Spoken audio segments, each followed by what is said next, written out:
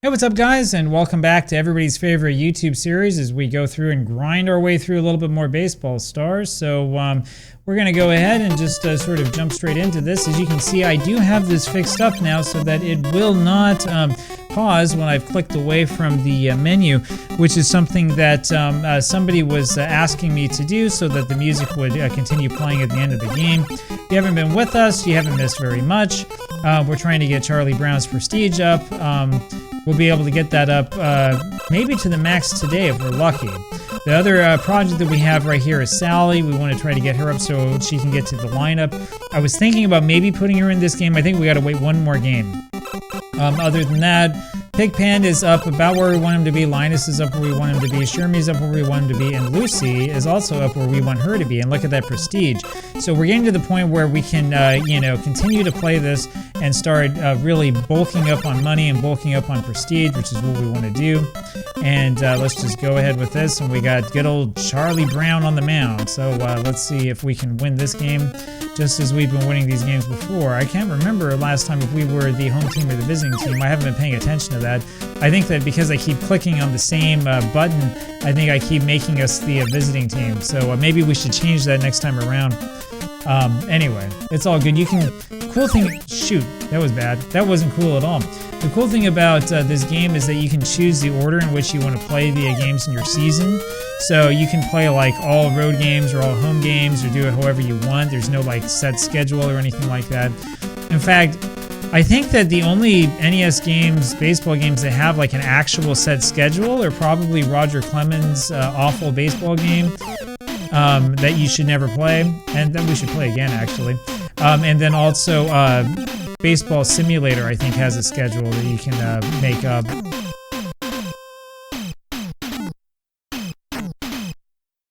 Anyway, so yeah, we should play some Roger Clemens here one of these days. That'll be fun. That's a real test of your baseball abilities. That game is so bad. That actually would probably be a kind of a fun video if I sort of stuck that together. Right now, though, I mean, I'm trying to avoid the temptation right now of trying to, do nothing but play like a million of these games like all day long. As much fun as it is to play a whole bunch of this, like if I were just not fast enough to get that going. As much fun as it is to play a whole bunch of games like this, there are some other videos that I want to make as well, and there are other channels that I have as well. If it were just this channel, I probably would end up making like 6 videos a day, and then YouTube would get me for spam.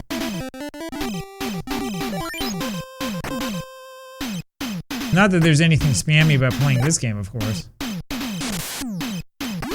I probably didn't handle that well. I probably could have made it to second if I were a little bit more strategic about it, but it's alright. It is one of those games. You just keep playing, and you keep grinding, and keep going at it. I probably should also swing at the strikes. That would be a good idea. That was a good play. But we beat out the double play, so we do have a little bit of speed on this team. Well, let's see how Lucy hits now.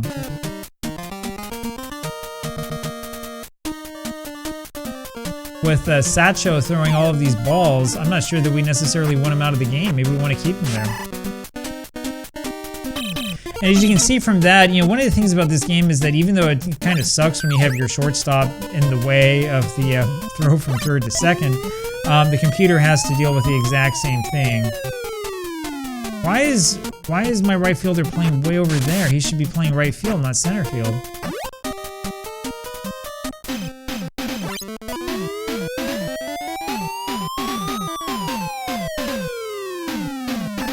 Thank you for going to cover the plate. I was worried there. Maybe the runner was going to score from second base on that pop-up.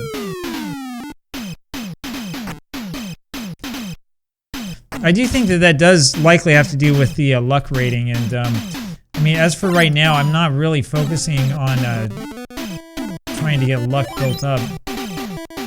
We gotta be careful here. We're gonna start letting them back in this game. So for all of you who think that, we should play against other teams, you should pay attention to what's happening here. We're not dominating them that much. But we're getting to the point where we can do that, and a couple more games I think will be a little bit better. We do, though, slowly, and this is where the real grind comes in, we slowly have to get rid of some of these guys who are not going to be on this team long term and start replacing them with rookies and getting them sort of built up and arranged right so that we can get the team that we really want built and put together. Surprised that one went through, actually. That was a pretty bad defensive play by them. So what should have really been a double play ball ends up turning into a double. Well, I've got to work on that anxiety when it comes to hitting. That's a foul ball.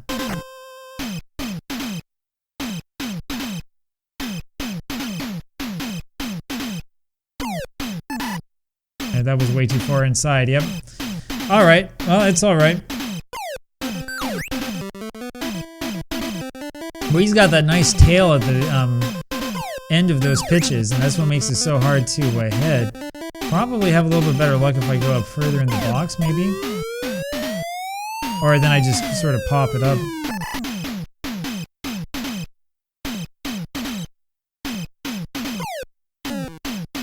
There we go. That's in there. There we go. That's a little bit more like it. That's what I was expecting after doing all the upgrades, right? We were expecting to see a little bit more of that.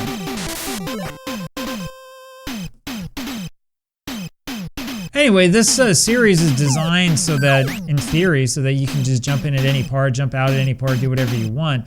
Although, if you're this far into this video, you probably already know a lot about the series and what's going on here, so... There we go again with another base hit. That's pretty good.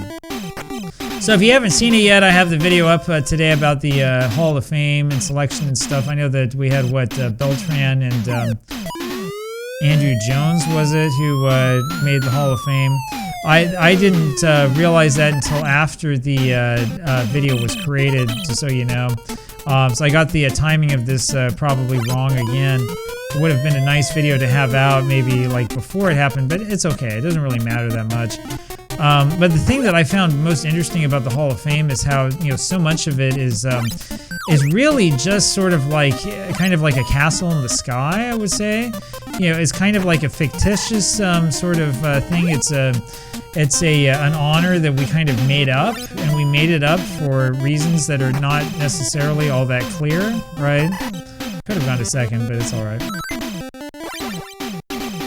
And so, we spend all of this time debating and talking about it, at least some people do, One of the reasons, of course, why the Hall of Fame debate has always been so fierce is because it's the media, it's the writers who just determine who goes in and who doesn't. And so because of that, it's always been the writers who've been writing about it and talking about it and stuff, and they're really the ones who created this culture and this feeling of like, the Hall of Fame is extremely important. We have to make sure that we have the right guys in and all that stuff. And, I mean, the average fan, to be honest with you, probably doesn't think that much about the Hall of Fame. In fact, to be honest with you, until this time around, I had forgotten that it's always in January where they make the vote and they make the decisions and stuff like that. I knew it was in the off season at some time, but I didn't really pay much attention before. There was somebody who commented on that video saying that the problem they have with it is that the entire baseball discussion turned silly for a while, and it is true. The thing is that the Hall of Fame discussion generally ends up turning into this kind of weird combination of popularity contest and throwing very specific statistics out there. So there was somebody, a kind of well-known common viewer of this channel, who posted and who disagreed with me about wanting Ichiro over Rod Carew. So we could talk a little bit about that, right? I do still think that Ichiro, if he had played his first 6 years in the United States, would be recognized as a better player. You can talk about major league equivalencies if you want, but it's a little bit of a complex thing. People don't like to talk about sort of roles and things when we're talking about baseball. There's this idea that everybody does the same thing, which isn't really true. Truth is that when he was in Japan, Ichiro was expected to do a little bit more of sort of like the power hitter role, whereas in the United States he was expected to do the leadoff hitter role and the sort of role that he was playing, which is a lot of the reason why his offensive stats were the way that they were. But like I said, I do think, having seen both players play, that I would much rather have Ichiro on my team than Rod Carew. most of the arguments against that are based heavily on statistics and are sort of heavily sabermetric arguments. You know, again, it's fine to have that argument. It's fine to sort of like get into that and say, you know, well, I don't agree or whatever. Sure, you can go ahead. But all in all, I do think that you know, you want to be careful about, you know, totally, I think, underestimating somebody because they don't happen to fit nicely into the sort of sabermetric zeitgeist that we have currently in the game. And I really mean it when I say that. I think that there's like a lot of sabermetrics today that are kind of geared towards the sort of game that we're playing today. People don't talk about this a lot, but the truth is that when it comes to baseball, that like the statistical discussion that we have is today and has always been based, focused largely on the way that players play today. So, for example, back in the 1980s, when you had a lot of artificial turf stadiums and a lot of guys, you know, a lot of stadiums. I wish I could see who's coming up next for us. I need to know if I need to take him out now or if I can wait one more half or until the end of this half inning. Oh shoot. That was a real Charlie Brown type play. We named him appropriately. But the thing is that if you go back and you look at, you know, sort of what the discussion was like, at least in the mainstream media around baseball in the 1980s, what you'll notice is that there's all sorts of talk about speed and about, you know, stolen bases and about all of that. That is mostly a reflection of just the way that teams played the game then, and that itself is a reflection of the types of stadiums that they had, right? Like, these days, if you had a game today where you had a lot of, you know, really big stadiums and a little bit more artificial turf and stuff, we likely would have a similar discussion. And we would, instead of talking about you've got to make sure you get a power hitter, you'd probably be hearing a lot more about, you know, you've got to make sure that you've got guys who can, you know, put the bat on the ball, who can get a lot of contact, and who can put the ball in play, because you have a better chance of something good happening when the ball's in play. Now, the sort of sabermetric purists, I think, will fight against that idea. But if you're familiar with sort of like the media history of baseball, you can start to see this happen. And you also start to recognize that these days nobody really talks about the fact that modern baseball stadiums in the United States tend to be really small and tend to be very conducive towards home run hitting. It's also true that a lot of sort of like the gimmicks and stuff that we once put in stadiums thinking that it was really cool have actually been taken away from stadiums, right? So I was watching, at the gym today, I was watching ESPN clips of someone or other catching a ball at the old, what was once Minute Maid Park, whatever they call it now, over in Houston, back when there was still a hill in center field. Well, they took that away, didn't they, right? Wasn't it in Detroit with the new ballpark that there was a flagpole that was in play and they took that away? It's another one of those things that we kind of forget about. We don't talk a lot about these types of changes that have kind of made the sport a little bit more boring because it's not part of sort of like the, I guess, the recognized, you know, discussion. They could have gone to second and would have had me. I was a dead duck. Anyway, scored a run. How about that? But that's the thing, you know, it's not part of, you know, the baseball discussion that you see commonly in the mainstream media, and so as a result, nobody really talks about it. In other words, it's not so much that there's like necessarily like a media conspiracy to talk about certain things in baseball. It's just that, you know, the media and especially things like outlets like ESPN end up setting a lot of what the discussion ends up being, and everybody else kind of follows in tandem with that. And even somebody like Bill James, you would think would be immune to that sort of thing. Really, his writing kind of reflects a lot of the understanding of baseball at the time. We did get a triple out of that. How about that? So if you read a lot of Bill James, you start to see this and you start to realize that he's talking about this or that thing because he's seeing a lot of this in the mainstream media. And that's really what was kind of, you know, controlling his thinking on the sport. And in a very real ways, the sabermetric thinking that we have today is also very, very much influenced by the things that people talk about and what people consider to be sort of orthodox baseball today. Now, is it necessarily going to change or not in the future? I mean, we'll see. But there is always a chance that things are going to change and wind up being a little bit different. depending upon, you know, what happens and how the game develops. There definitely is a chance that we might eventually go back to having ballparks that are capable of holding a lot of spectators the way that we once did. That's one of the reasons why the ugly, you know, cookie-cutter ballparks were built the way that they were built. It's because the focus was maybe not so much on, you know, providing like the magical ballpark experience. You have to remember back in the 1970s, there were not any of those old MasterCard commercials about going to visit all, you know, 28 or 30 or whatever ballparks, you know, like I remember from when I was a kid. They don't even have those commercials today though, right? Does MasterCard even do commercials anymore, you know? But back in the 70s, there wasn't that sort of like, you know, romantic, you know, idea about going to the ballpark. You can see some examples of that. So, for example, if you read that book, Shoeless Joe, the one that Field of Dreams is based on, there's talk in there about going from like city to city and ballpark to ballpark. I can't remember the name of the guy who wrote that book, but you get this sort of like feeling that, you know, maybe he did have a trip sort of like that. The way that he describes being in different cities is pretty interesting. It's been a little while. It's been a couple of years since I read that book, but I remember, like, I think he's in Minnesota for a while, and he's in a couple of other cities. I know he's in Boston for a while, you know, and I mean, that idea of doing, like, the big trip around the country was really not a thing back then. It's not really until the late 90s that you start seeing people thinking sort of in those terms. I mean, even like I found something in the APA Journal. This was like a week or so ago. I found something from the 1980s, from 1986. Somebody describing a trip like that they did in summer of '85 with their kid. And they were living actually not too far from where we live, living in Northern Virginia. They went over to Baltimore and then did a mostly East Coast type tour. You know, the thing about it is that, like, this was like totally a gimmick. It's like nobody had ever thought about doing this sort of thing. And this guy, they didn't even get hotel rooms. They ended up staying in like campsites and stuff like that along the way. You know, it's kind of a bizarre type trip. But yeah, check out my blog if you want for like an example of that sort of thing, an early example of people doing big ballpark trips and stuff like that. It wasn't always a thing because the focus in the game was not always on making this like special ballpark experience.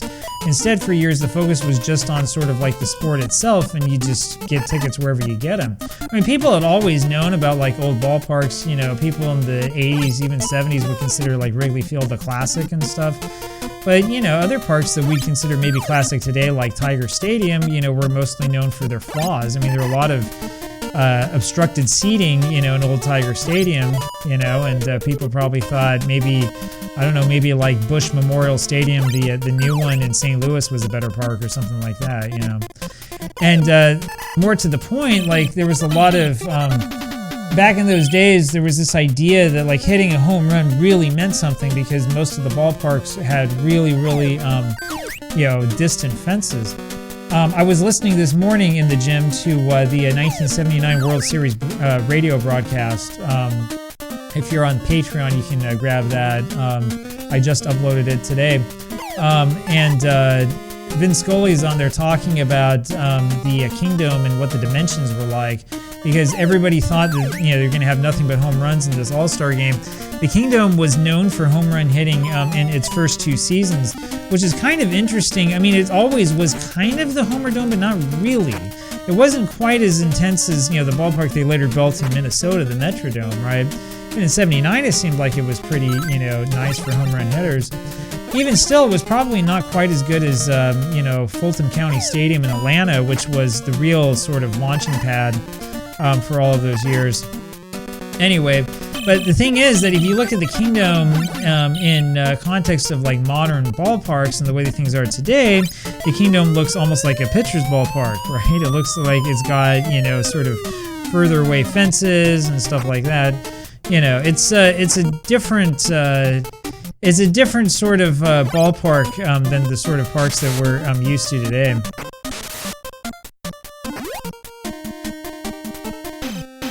The funny thing about that, if you follow the Mariners and, you know, my mom, shoot, that was really, really bad. I apologize for that defensive play, man. That was horrible. I can't even blame that on Charlie Brown. He's not even pitching. Well, how am I can't tell if I got a guy coming or not. The screen's flipping out, right? It showed me like the the ghost player, right? I had a player who sort of appeared and then he wasn't there. How am I supposed to know where my fielder is if the game doesn't even know where he is? Dude, get to the bag. What was that? That was awful. All right, we got to concentrate on this game, I think, for a second, because we're not playing very well all of a sudden. And if they hit a home run, it's going to be a tie ball game. By the way, I know I was criticizing, I think it was Major League Baseball by LJN for flipping out and doing weird things when you have the bases loaded. Now, the truth is that Baseball Stars has a real hard time if you have the bases loaded. As we've been seeing here, like, the game has a real major problem with sprites all of a sudden. We would have had him at the plate, too. Alright, there we go. So yeah, back to muttering about ballparks. So the funny thing is, if you follow the Seattle Mariners, you know that Ken Griffey Jr. was actually really upset when they built Safeco Field because it wasn't a ballpark that was very conducive to home run hitting, and he had been kind of taking advantage of the Kingdome. It's really interesting how things like come around and go around in the sport. That was a strike, alright. Anyway, so you've got a lot of good stuff, a lot of cool stuff to think about, a lot of cool stuff to play with here. Sorry, I got my cat jumping down and she's complaining to me about something or other. You know what cats are. I'm happy they threw to second. They didn't need to do that. That's not realistic, right? If we were playing like a baseball sim, you'd be telling me all about how the game's busted because nobody would throw to second after tagging the guy out. But it's Baseball Stars, so it's all in good fun.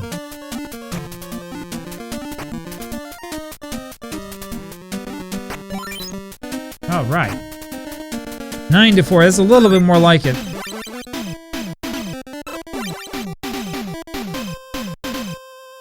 Anyway, I've been to the Kingdome multiple times. I've only seen games in Safeco Field, I think, once or twice. I think twice. I think I've been there twice.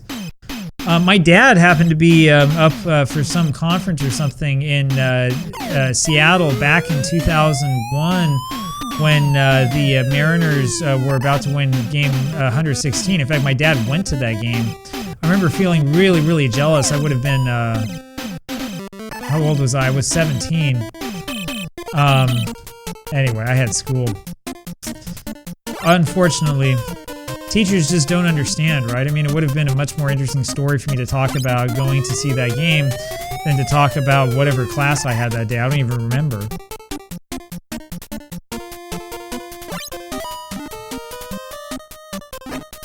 Ah, man. That's that controller acting up again. That's what I'm blaming it on. Sometimes this controller confuses down with right. And I know that you don't have to push right. Like, if I just throw without pushing a button like I did there, it'll throw it to first base anyway, but you want to, right? It's part of the game. When I was a kid, we always, like, would hammer down on the button trying to get it to go faster and stuff, you know. This is part of the experience. So there it was again. We had the ghost fielder once again. Our ghost first baseman. Oh yeah. Got him to chase. There we go. Well, so much for winning by the 10-run rule. Actually, we almost had a tie ball game if we had given up a Grand Slam home run. It's not a great possibility, I know, but when we start playing against some of these other teams, you're going to see stuff like that start happening. This team, the SNK Crushers, are just not quite that good.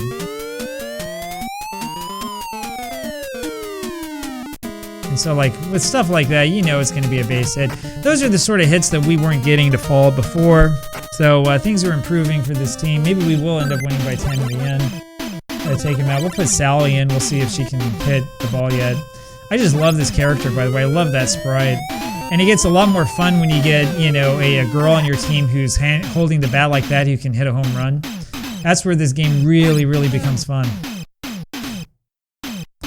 Anyway, good old Baseball Stars. Somebody was talking about Baseball Stars 2 being a better game because apparently you get money for a loss in that game. So I don't know, maybe one of these days we look into doing a project with that as well. I don't know if there's a lot of demand for it or not.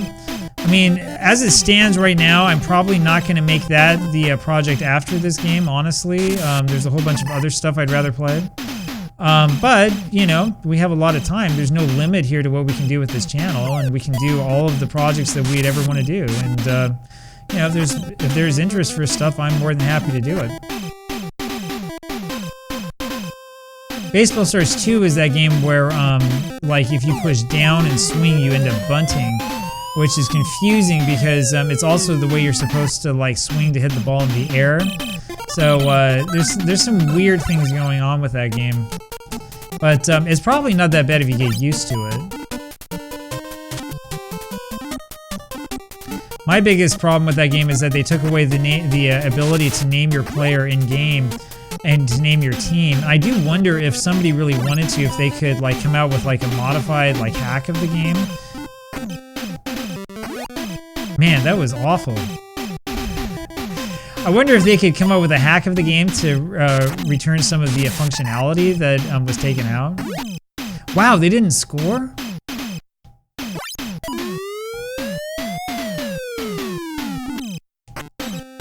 See if we can get him.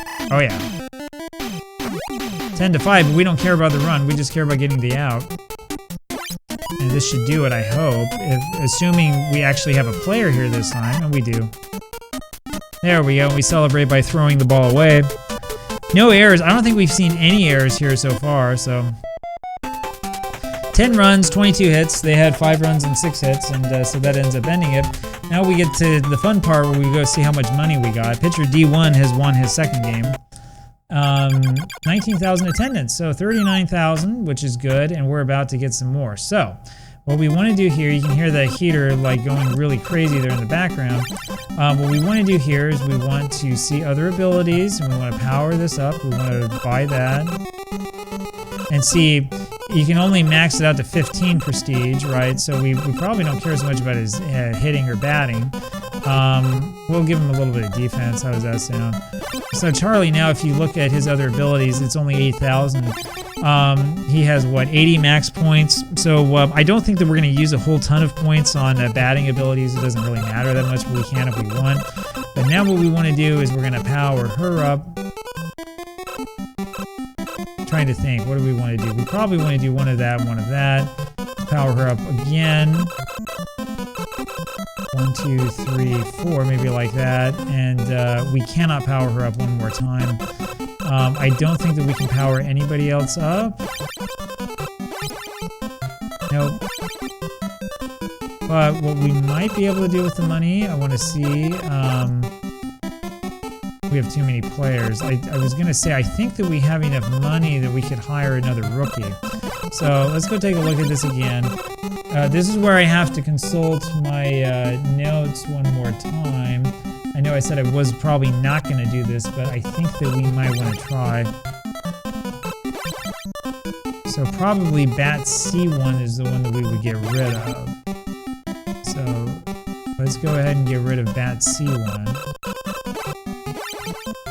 By the way, they didn't need to make all of these different menus, right?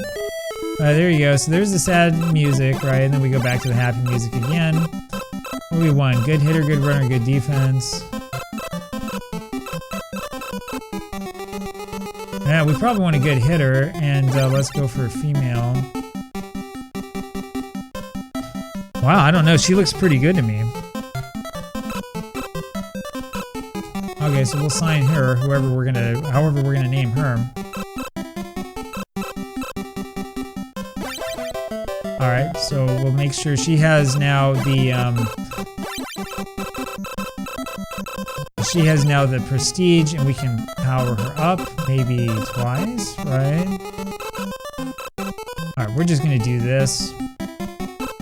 We're just gonna knock up her prestige as much as we possibly can to try to get more money next time around. So that's the way we're gonna do that.